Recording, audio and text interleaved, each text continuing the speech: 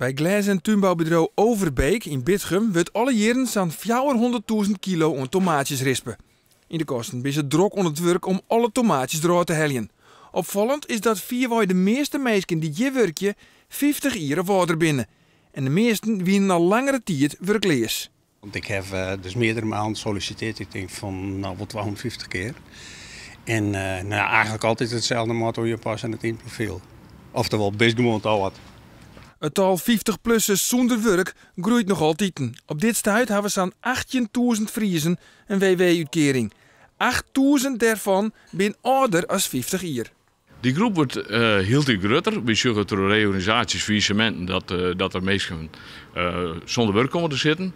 En met name de 50-plus die blijven volle langer in uitkering hangen. Hoe kan dat? Het beeld van de werkgever is net altijd even positief op ons 50-plus. Ze zijn te duur, ze zijn vaker ziek.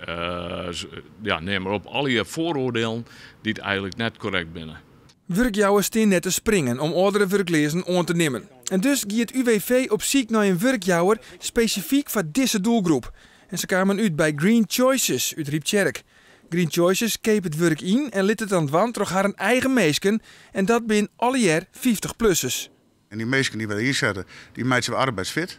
Door middel van een 12-maand proefplaatsing zien of ze het fysiek willen onkennen. En dan krijgen ze van ons alle jaar een contract, een JLI-contract. Dus komen bij ons op de payroll van Green Choices. En nee, dat JLI, want dat is de ultieme doelstelling.